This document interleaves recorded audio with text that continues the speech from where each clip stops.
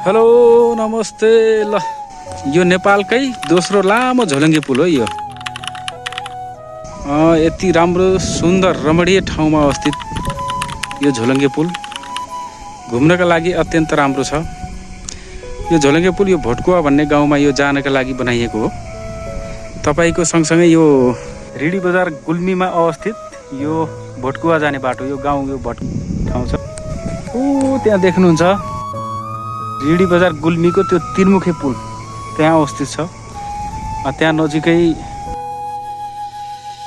ऋषिकेश मन्दिर दर्शनको लागि नेपालको 5 धाम मध्ये एक धाम भएको त्यो ऋषिकेश मन्दिर पनि छ त्यहाँ।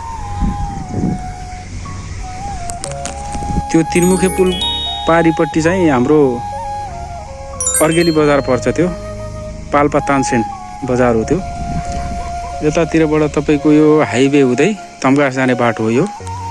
यहाँबाट तम्घास जाँदाखेरि यहाँनिरबाट यो लामो झोलङ्गे पुल प्रवेश गर्न सकिन्छ।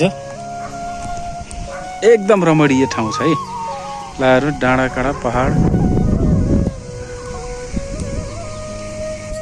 अब यहाँबाट तल हेर्ने हो भने त कति के छन् छाँगा छ, धेरै बाटोहरू छन्।